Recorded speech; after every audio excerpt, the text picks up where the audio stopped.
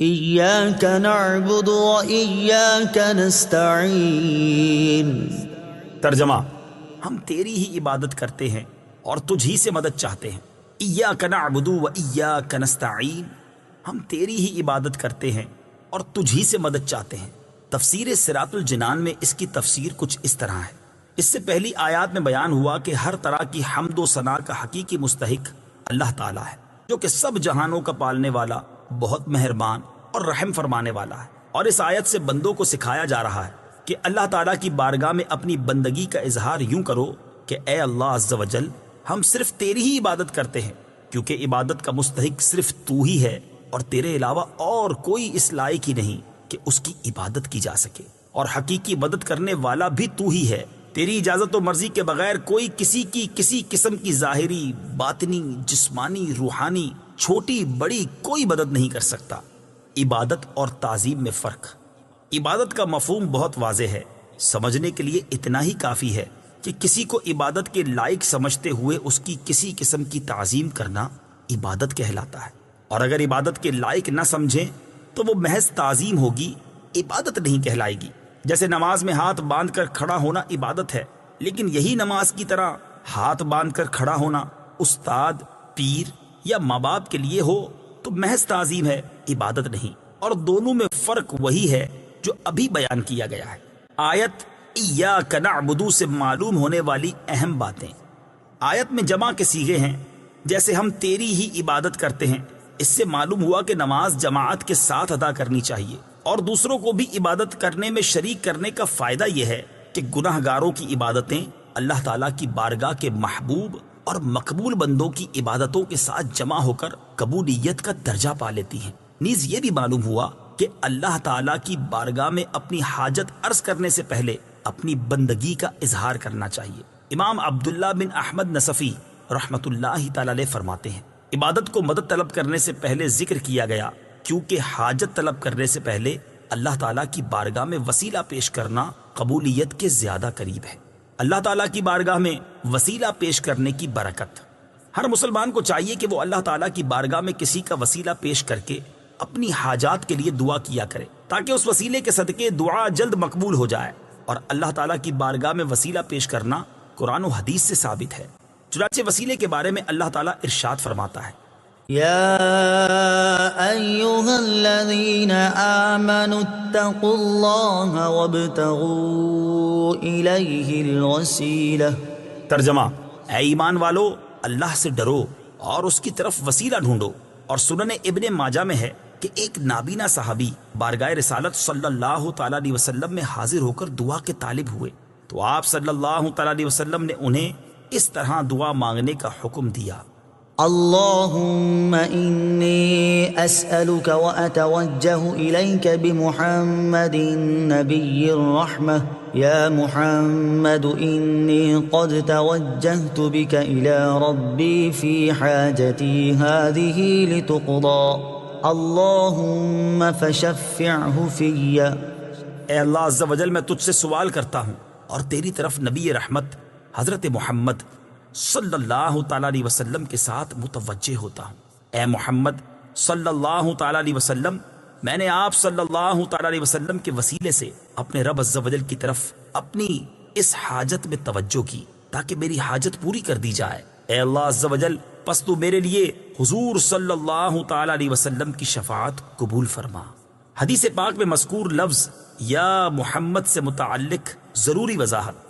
اعلیٰ حضرت امام احمد رضا خان علیہ رحمۃ الرحمان فرماتے ہیں، علماء تصریح فرماتے ہیں، حضور اقدس صلی اللہ تعالیٰ علیہ وسلم کو نام لے کر ندا کرنی حرام ہے، اور یہ بات واقعی محل انصاف ہے۔ جسے اس کا مالک و مولا تبارک و تعالی نام لے کر نہ پکارے تو غلام کی کیا مجال کہ وہ راہ ادب سے تجاوز کرے۔ بلکہ امام زین الدین مراغی وغیرہ محققین نے فرمایا، اگر یہ لفظ کسی دعا میں وارد ہو جو خود نبی اکرم صلی اللہ تعالیٰ علیہ وسلم نے تعلیم فرمائی ہو، جیسے دعائے یا محمد انی توجہت بکا الی ربی، تاہم اس کی جگہ یا رسول اللہ یا نبی اللہ کہنا چاہیے۔ حالانکہ الفاظ دعا میں حتی الوسع تغییر نہیں کی جاتی۔ یہ مسئلہ مہمہ یعنی اہم ترین مسئلہ جس سے اکثر اہل زمانہ غافل ہے، واجب الحفظ ہے۔ وَإِيَّاكَ نَسْتَعِينُ، اور تجھ ہی سے مدد چاہتے ہیں۔ تفسیر صراط الجنان میں اس کی تفسیر کچھ اس طرح ہے۔ اس آیت میں بیان کیا گیا کہ مدد طلب کرنا خواہ واسطے کے ساتھ ہو یا واسطے کے بغیر ہو، ہر طرح سے اللہ تعالیٰ کے ساتھ خاص ہے، اور اللہ تعالیٰ کی ذات ہی ایسی ہے جس سے حقیقی طور پر مدد طلب کی جائے۔ اعلیٰ حضرت امام احمد رضا خان علیہ رحمت الرحمان فرماتے ہیں، حقیقی مدد طلب کرنے سے مراد یہ ہے کہ جس سے مدد طلب کی جائے اسے بالذات قادر، مستقل مالک اور غنی بے نیاز جانا جائے کہ وہ اللہ تعالیٰ کی عطا کے بغیر خود اپنی ذات سے اس کام یعنی مدد کرنے کی قدرت رکھتا ہے۔ اللہ تعالیٰ کے علاوہ کسی اور کے بارے میں یہ عقیدہ رکھنا ہر مسلمان کے نزدیک شرک ہے، اور کوئی مسلمان اللہ تعالیٰ کے علاوہ کسی اور کے بارے میں ایسا عقیدہ نہیں رکھتا، اور اللہ تعالیٰ کے مقبول بندوں کے بارے میں مسلمان یہ عقیدہ رکھتا ہے کہ وہ اللہ تعالیٰ کی بارگاہ تک پہنچنے کے لیے واسطہ اور حاجات پوری ہونے کا وسیلہ اور ذریعہ ہیں۔ تو جس طرح حقیقی وجود کہ کسی کے پیدا کیے بغیر خود اپنی ذات سے موجود ہونا اللہ تعالیٰ کے ساتھ خاص ہے،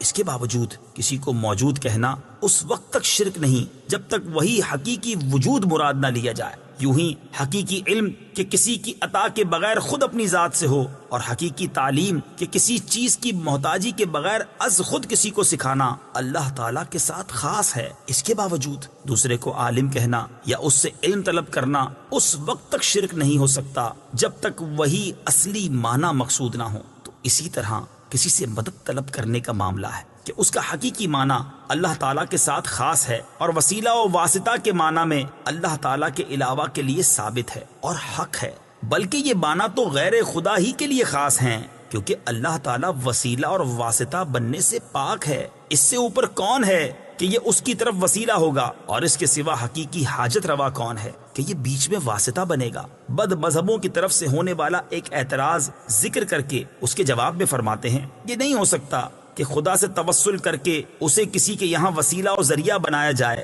اس وسیلہ بننے کو ہم اولیاء کرام سے مانگتے ہیں کہ وہ دربار الہی میں ہمارا وسیلہ، ذریعہ اور قضائے حاجات کا واسطہ ہو جائیں۔ اس بے وقوفی کے سوال کا جواب اللہ تعالیٰ نے اس آیت کریمہ میں دیا ہے۔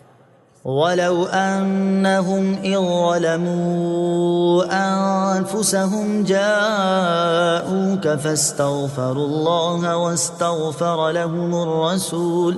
واستغفر لهم الرسول لوجدوا الله توابا رحيما۔ ترجمہ، اور جب وہ اپنی جانوں پر ظلم یعنی گناہ کر کے تیرے پاس حاضر ہوں اور اللہ سے معافی چاہیں اور معافی مانگیں ان کے لیے رسول، تو بے شک اللہ کو توبہ قبول کرنے والا مہربان پائیں گے۔ کیا اللہ تعالیٰ اپنے آپ نہیں بخش سکتا تھا؟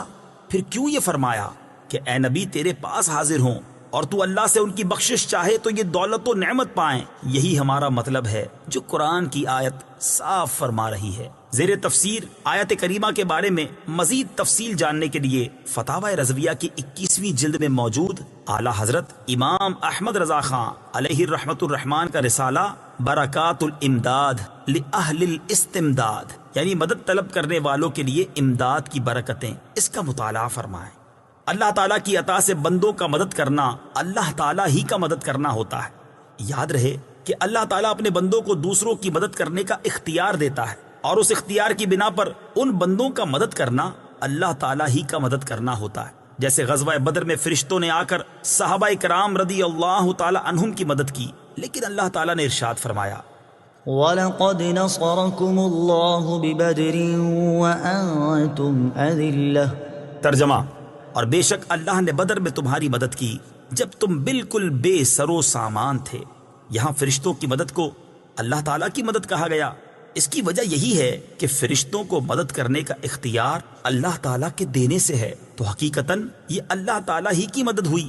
یہی معاملہ انبیاء کرام علیہ الصلوۃ والسلام اور اولیاء اعظام رحمۃ اللہ تعالیٰ علیہم کا ہے کہ وہ اللہ عز و جل کی عطا سے مدد کرتے ہیں، اور حقیقتاً وہ مدد اللہ تعالیٰ کی ہوتی ہے۔ جیسے حضرت سلیمان علیہ نبینا علیہ الصلوۃ والسلام نے اپنے وزیر حضرت آصف بن برخیہ رضی اللہ تعالی عنہ سے تخت لانے کا فرمایا، اور انہوں نے پلک جھپکنے میں تخت حاضر کر دیا۔ اس پر انہوں نے فرمایا ھذا من فضل ربی، یہ میرے رب کے فضل سے ہے۔ اور تاجدار رسالت صلی اللہ تعالی علیہ وسلم کی سیرت مبارکہ میں مدد کرنے کی تو اتنی مثالیں موجود ہیں کہ اگر سب جمع کی جائیں تو ایک ضخیم کتاب مرتب ہو سکتی ہے۔ ان میں سے چند مثالیں یہ ہیں۔ نمبر 1، صحیح بخاری میں ہے، نبی کریم علیہ الصلوۃ والسلام نے تھوڑے سے کھانے سے پورے لشکر کو سیر کیا۔ نمبر 2، بخاری شریف ہی میں ہے، آپ صلی اللہ تعالی علیہ وسلم نے دودھ کے ایک پیالے سے 70 صحابہ کو سیراب کر دیا۔ نمبر 3، یہ بھی بخاری شریف میں ہے، انگلیوں سے پانی کے چشمے جاری کر کے 1400 یا اس سے بھی زائد افراد کو سیراب کر دیا۔ نمبر 4، لعاب دہن سے بہت سے لوگوں کو شفا عطا فرمائی، اور یہ تمام مددیں چونکہ اللہ تعالیٰ کی عطا کردہ طاقت سے تھی، لہٰذا سب اللہ تعالیٰ کی ہی مددیں ہیں۔ اس بارے میں مزید تفصیل کے لیے فتاوی رضویہ کی 30ویں جلد میں موجود اعلیٰ حضرت امام اہل سنت مولانا شاہ امام احمد رضا خان علیہ رحمت الرحمان کے رسالے الامن والعلا لناعت المصطفیٰ بدافع البلا، یعنی نعت مصطفیٰ صلی اللہ تعالی علیہ وسلم بیان کرنے والوں کے لیے انعامات کا مطالعہ فرمائیے۔